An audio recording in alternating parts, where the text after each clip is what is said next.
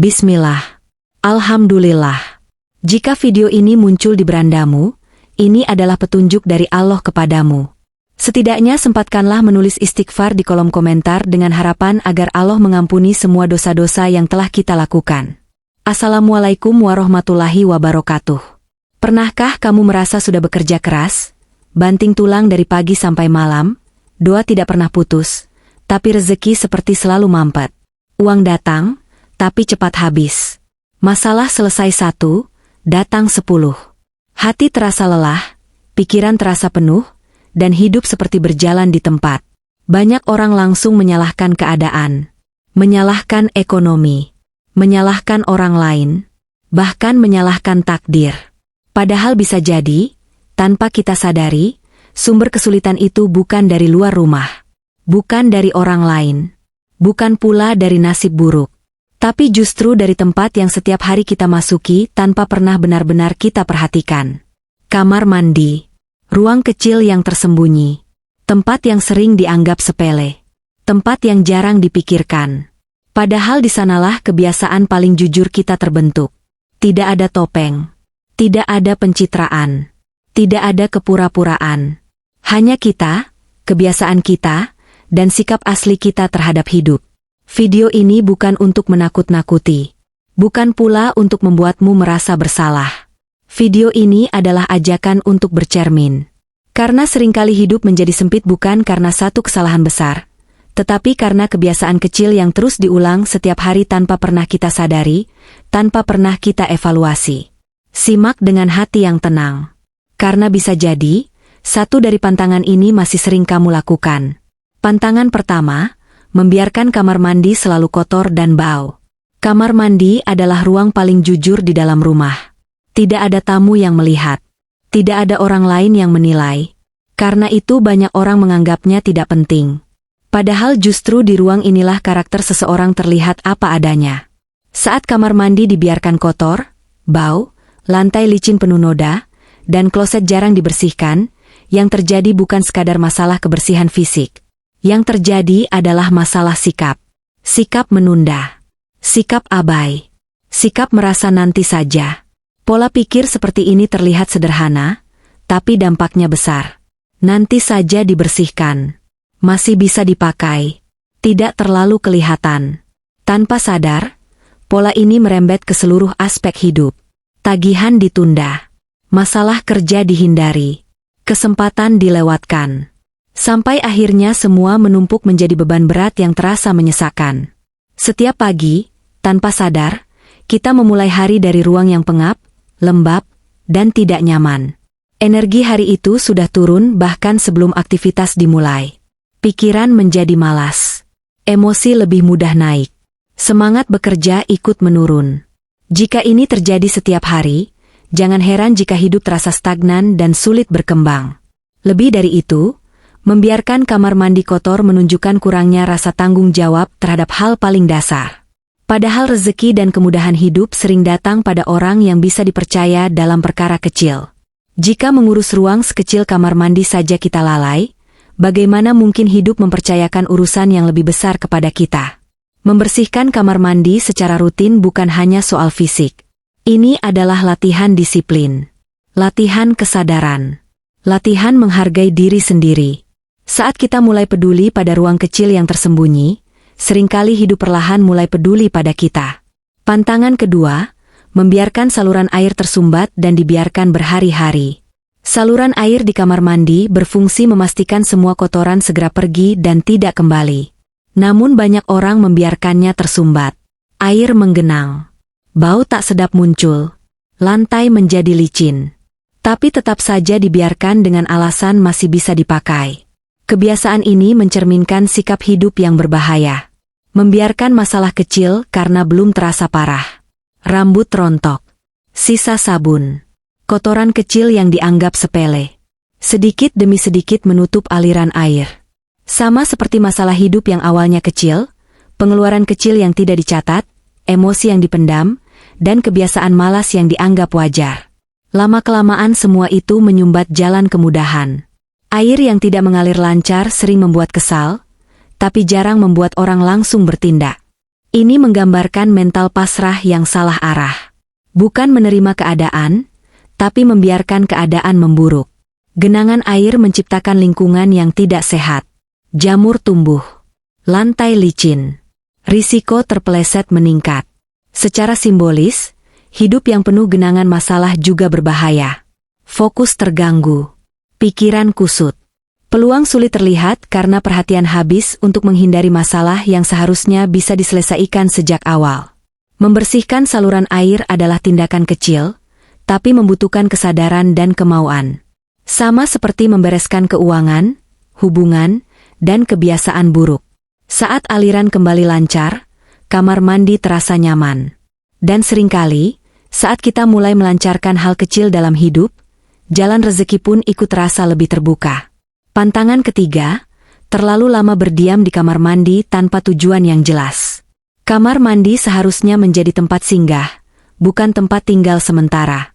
Namun kenyataannya, banyak orang menghabiskan waktu terlalu lama di sana. Duduk berlama-lama sambil memainkan ponsel, melamun, atau sekadar menghindari aktivitas di luar. Sekilas terlihat sepele, tapi kebiasaan ini diam-diam mencuri waktu paling berharga dalam hidup, yaitu waktu produktif. Orang yang sering berlama-lama di kamar mandi biasanya sedang menunda kehidupan. Ada tugas yang harus diselesaikan. Ada tanggung jawab yang harus dihadapi. Tapi semuanya dihindari dengan berlindung di ruang sempit yang terasa aman dan sunyi. Jika kebiasaan ini terjadi setiap hari, hidup pun ikut berjalan di tempat. Bukan karena tidak punya kemampuan, tapi karena terlalu sering menunda langkah. 15 menit setiap hari mungkin terasa kecil. Tapi dalam sebulan berubah menjadi jam. Dalam setahun menjadi hari-hari yang hilang tanpa hasil. Banyak orang heran kenapa hidupnya terasa sibuk tapi tidak maju, lelah tapi tidak sejahtera. Salah satu jawabannya ada pada kebiasaan membuang waktu di tempat yang seharusnya hanya dilewati. Lebih dari itu, berlama-lama di kamar mandi sering menjadi bentuk pelarian mental. Saat pikiran penuh tekanan, kamar mandi dijadikan tempat kabur dari tanggung jawab. Jika ini dibiarkan, seseorang akan terbiasa lari, bukan menghadapi. Dan hidup yang terus dihindari tidak akan pernah memberi kemudahan. Rezeki sering datang pada orang yang menghargai waktu, karena waktu adalah bentuk amanah paling dasar dalam hidup. Saat kita mulai sadar bahwa setiap menit punya nilai, termasuk menit di kamar mandi, hidup perlahan menjadi lebih tertata, lebih sadar, dan lebih terarah. Pantangan keempat, membiarkan air mengalir terus-menerus tanpa disadari. Air adalah sumber kehidupan. Ia mengalir, memberi manfaat, lalu pergi. Namun di kamar mandi, banyak orang membiarkan air terus mengalir tanpa tujuan.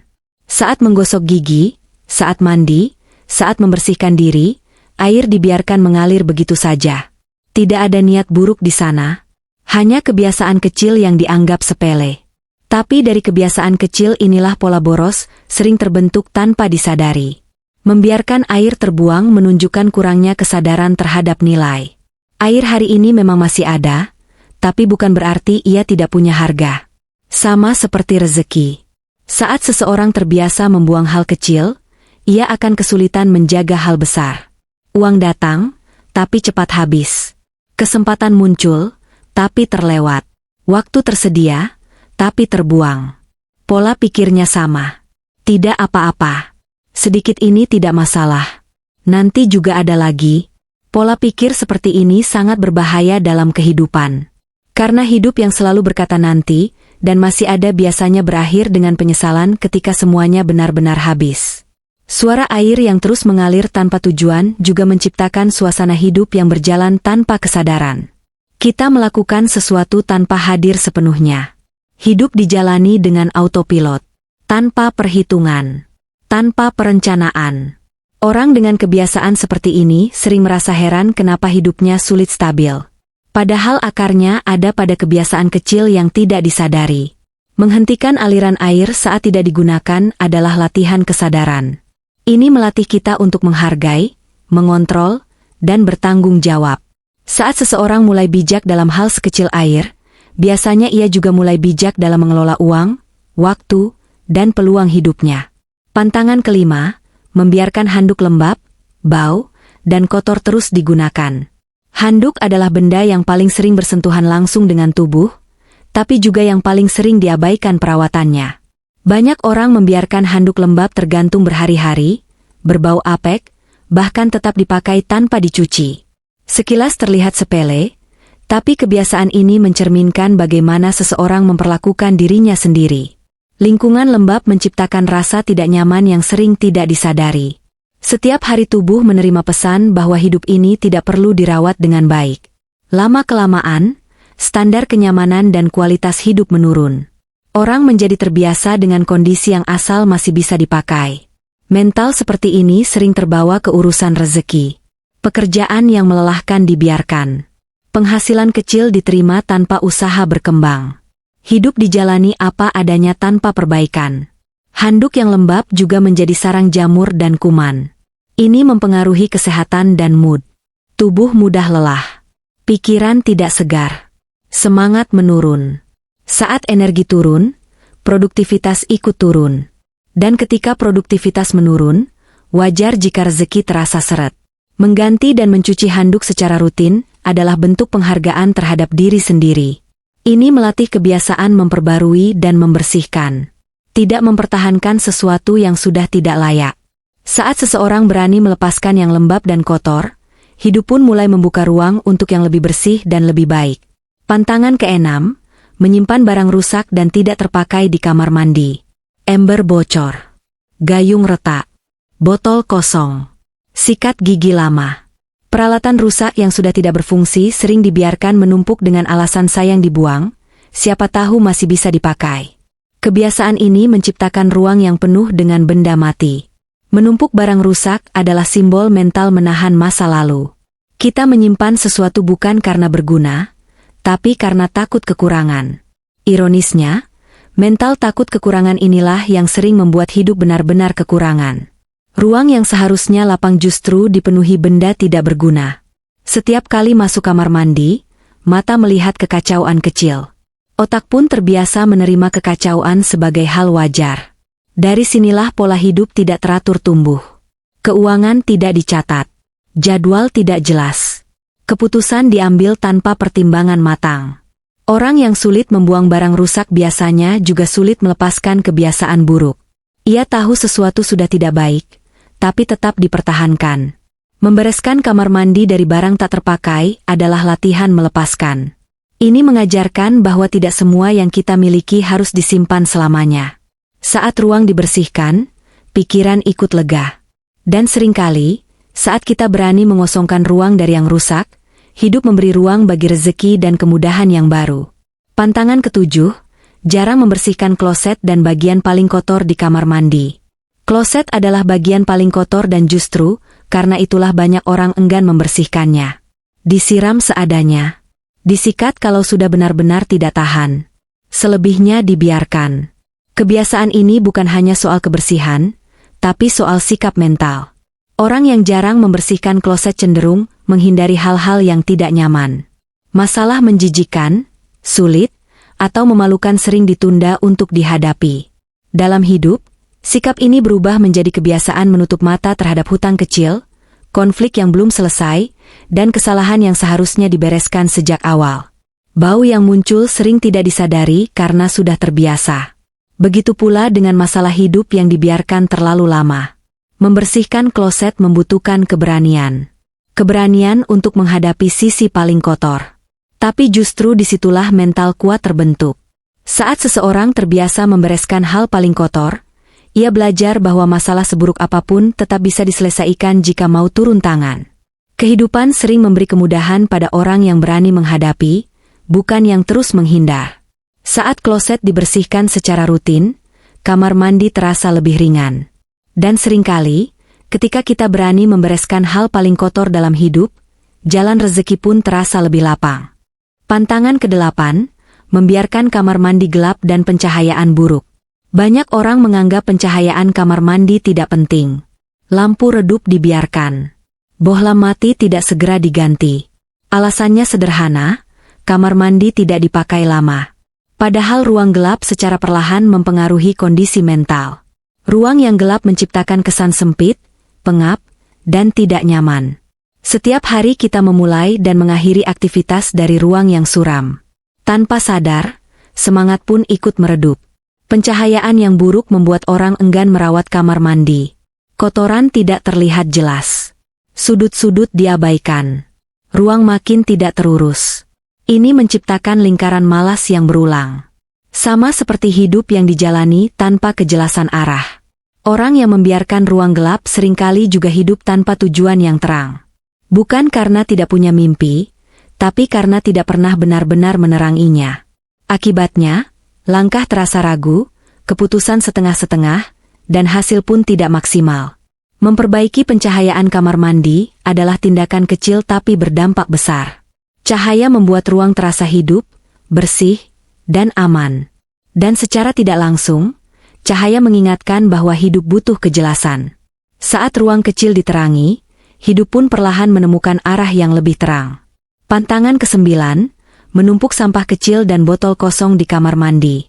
Botol sabun kosong, kemasan pasta gigi, tisu bekas, dan plastik kecil sering dibiarkan dengan alasan nanti saja dibuang. Sedikit demi sedikit, kamar mandi berubah menjadi tempat penampungan barang sisa. Kebiasaan menunda membuang sampah mencerminkan pola hidup yang sama. Masalah kecil dibiarkan. Keputusan ditunda. Tanggung jawab disisihkan. Awalnya tidak terasa, tapi lama-kelamaan hidup dipenuhi hal-hal yang seharusnya sudah dilepaskan sejak lama. Sampah yang menumpuk menciptakan kesan sesak dan kotor. Secara psikologis, ruang penuh sampah menurunkan kenyamanan dan fokus. Pikiran mudah lelah. Emosi lebih sensitif. Semangat berkurang. Dalam kondisi seperti ini, sulit melihat peluang. Banyak orang mengeluh rezekinya seret, padahal ruang hidupnya penuh dengan hal yang tidak memberi nilai. Energi habis untuk mengurus kekacauan, bukan untuk berkembang. Membuang sampah tepat waktu adalah latihan melepas beban. Ini mengajarkan bahwa tidak semua harus disimpan. Tidak semua layak dipertahankan. Saat kamar mandi kembali lega, pikiran pun terasa ringan. Dan seringkali, saat kita berani membuang yang tidak berguna, hidup membuka ruang bagi kemudahan dan kelancaran rezeki. Pantangan ke-10, mengeluh, mengumpat, dan melampiaskan emosi negatif di kamar mandi. Bagi banyak orang, kamar mandi menjadi tempat pelarian emosi. Mengeluh sendiri, mengumpat, meratapi nasib. Dilakukan di ruang tertutup tanpa ada yang melihat. Namun kata-kata yang sering diucapkan, meski sendirian, membentuk pola pikir. Saat kamar mandi menjadi tempat meluapkan keluhan, pikiran terbiasa fokus pada kekurangan. Hidup terasa berat. Masalah terasa lebih besar. Harapan semakin kecil. Mengeluh tanpa solusi menciptakan mental korban. Seseorang merasa hidup selalu tidak adil. Rezeki selalu kurang. Usaha selalu sia-sia. Pola pikir seperti ini menutup peluang karena seseorang berhenti mencari jalan keluar. Emosi negatif yang dilampiaskan terus-menerus juga menguras energi. Tubuh cepat lelah. Semangat menurun. Kepercayaan diri terkikis perlahan.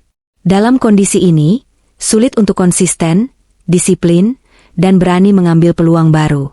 Mengendalikan ucapan, bahkan saat sendirian, adalah bentuk kedewasaan. Kamar mandi seharusnya menjadi tempat membersihkan diri, bukan menumpuk beban pikiran. Saat seseorang mulai menjaga pikirannya, mengganti keluhan dengan kesadaran, hidup pun perlahan berubah arah. Pantangan ke-11, kamar mandi selalu berantakan dan tidak pernah dirapikan. Sabun berserakan. Ember tidak pada tempatnya. Gayung terbalik. Lantai basah dibiarkan tanpa dikeringkan. Karena bukan ruang tamu, kekacauan ini dianggap biasa. Padahal justru di ruang tersembunyi inilah kebiasaan asli seseorang terbentuk. Kekacauan kecil yang terus dibiarkan melatih pikiran untuk menerima ketidakteraturan. Tanpa sadar, otak belajar bahwa hidup tidak perlu rapi. Pola ini terbawa ke urusan yang lebih besar. Keuangan tidak dicatat. Waktu tidak diatur. Tujuan hidup tidak jelas. Orang yang hidup dalam lingkungan berantakan sering merasa lelah tanpa sebab yang jelas, karena energi mental terkuras. Merapikan kamar mandi adalah latihan keteraturan. Ini mengajarkan bahwa setiap benda punya tempat. Saat ruang kecil mulai rapi, pikiran ikut lebih tenang. Dari ketenangan inilah keputusan yang lebih baik mulai lahir. Pantangan ke-12, menganggap kamar mandi tidak penting karena tidak dilihat orang lain. Banyak orang merawat bagian rumah yang terlihat tamu. Ruang tamu dibersihkan. Kamar tidur dirapikan. Tapi kamar mandi dibiarkan apa adanya. Alasannya sederhana, tidak semua orang masuk ke sana. Pola pikir ini diam-diam berbahaya. Mengabaikan ruang yang tidak terlihat melatih mental cukup terlihat baik di luar. Padahal kehidupan sejati dibangun dari apa yang kita lakukan saat tidak ada yang melihat. Saat tidak ada yang menilai. Saat tidak ada yang memuji. Orang dengan pola pikir seperti ini sering terlihat baik-baik saja, tapi di dalamnya penuh masalah yang tidak pernah dibereskan. Dalam hidup, sikap ini berubah menjadi kebiasaan menutup kekurangan, bukan memperbaikinya. Utang disembunyikan. Masalah dipendam. Kesalahan diulang karena tidak pernah disadari. Akibatnya, hidup berjalan tapi tidak benar-benar maju. Merawat kamar mandi meski tidak dilihat siapapun adalah latihan kejujuran pada diri sendiri. Ini menanamkan kesadaran bahwa nilai hidup bukan dari penilaian manusia, tapi dari tanggung jawab pribadi. Saat seseorang mulai serius pada hal yang tidak terlihat, seringkali hidup membalasnya dengan kemudahan yang juga tidak selalu terlihat dari luar, tapi sangat terasa di dalam. Pantangan ke-13, tidak pernah mengevaluasi kebiasaan kecil di kamar mandi dan dalam hidup. Banyak orang menjalani rutinitas yang sama bertahun-tahun. Bangun, mandi, bekerja, pulang, tidur, mengeluh. Semua dilakukan tanpa pernah berhenti sejenak untuk bertanya, apakah ini masih baik untukku? Kamar mandi menjadi saksi bisu rutinitas yang berulang tanpa kesadaran. Tidak pernah ada refleksi. Tidak pernah ada evaluasi. Hidup berjalan otomatis. Seperti mesin yang terus bergerak tapi tidak tahu kemana arahnya. Orang seperti ini sering merasa hidupnya berat dan rezekinya sempit. Padahal ia sendiri tidak pernah memberi ruang bagi perubahan. Evaluasi adalah kunci perbaikan. Tanpa evaluasi, kesalahan kecil diulang terus-menerus sampai terasa seperti nasib. Dengan memperhatikan kebiasaan kecil di kamar mandi, kita mulai melihat pola besar dalam hidup. Dari kebiasaan kotor, boros, berantakan, dan menunda, kita belajar bahwa hidup pun mungkin sedang berjalan dengan pola yang sama. Perubahan besar jarang dimulai dari keputusan besar. Ia hampir selalu dimulai dari kesadaran kecil yang dilakukan dengan konsisten. Pantangan ke-14, mandi dan beraktivitas di kamar mandi tanpa kesadaran dan tanpa niat. Ini adalah pantangan yang sering tidak disadari banyak orang. Masuk kamar mandi hanya sebagai rutinitas. Tubuh bergerak, tapi pikiran melayang kemana-mana. Mandi dilakukan sambil melamun. Membersihkan diri tanpa hadir sepenuhnya. Tidak ada niat, tidak ada kesadaran, tidak ada rasa syukur. Padahal kamar mandi adalah tempat membersihkan diri, baik secara fisik maupun batin. Saat seseorang melakukan sesuatu tanpa kesadaran, hidup pun dijalani tanpa arah. Semua terasa lelah, tapi tidak bermakna. Usaha dilakukan, tapi tidak terasa berkah. Rezeki dicari, tapi tidak pernah terasa cukup. Menghadirkan kesadaran di kamar mandi adalah latihan kehadiran dalam hidup. Saat air menyentuh tubuh, sadarilah bahwa ini nikmat. Saat membersihkan diri, niatkan untuk membersihkan hati dan pikiran. Hal sederhana seperti ini melatih rasa syukur dan ketenangan. Dan seringkali, rezeki terasa lebih lapang bukan karena jumlahnya bertambah, tapi karena hati menjadi lebih tenang dalam menerimanya. Sahabat, dari 14 pantangan kecil di kamar mandi yang kita bahas, satu hal penting bisa kita tarik. Hidup jarang menjadi sempit karena satu kesalahan besar. Ia menjadi sempit karena kebiasaan kecil yang terus diulang dan tidak pernah diperbaiki. Kamar mandi hanyalah contoh. Tapi dari ruang kecil itulah kita belajar bagaimana kita memperlakukan hidup. Apakah kita peduli atau abai? Apakah kita membersihkan atau membiarkan? Apakah kita sadar atau menjalani semuanya dengan autopilot? Jika hari ini kamu merasa rezeki terasa seret, hidup berat, dan langkah selalu tertahan, jangan langsung menyalahkan keadaan. Jangan terburu-buru menyalahkan orang lain. Cobalah melihat kembali kebiasaanmu. Mulailah dari hal paling sederhana. Dari ruang yang paling tersembunyi. Karena seringkali, saat kita merapikan yang kecil, hidup mulai membuka jalan untuk yang besar. Perubahan tidak menunggu momen sempurna. Ia dimulai dari kesadaran hari ini. Jika video ini membuatmu merasa diingatkan, merasa tersentuh, atau merasa terkena, tekan tombol like sebagai tanda bahwa kamu siap memperbaiki hidup dari hal-hal kecil. Subscribe channel ini agar kamu tidak ketinggalan konten reflektif lainnya yang membahas kebiasaan tersembunyi, pola hidup, dan cara membuka jalan kemudahan dalam hidup sehari-hari. Bagikan video ini kepada orang terdekatmu, karena bisa jadi satu kesadaran kecil hari ini menjadi awal perubahan besar bagi mereka. Terima kasih sudah menonton sampai akhir. Semoga hidupmu dimudahkan, langkahmu dilapangkan, dan rezekimu perlahan menemukan jalannya. Wassalamualaikum warahmatullahi wabarakatuh.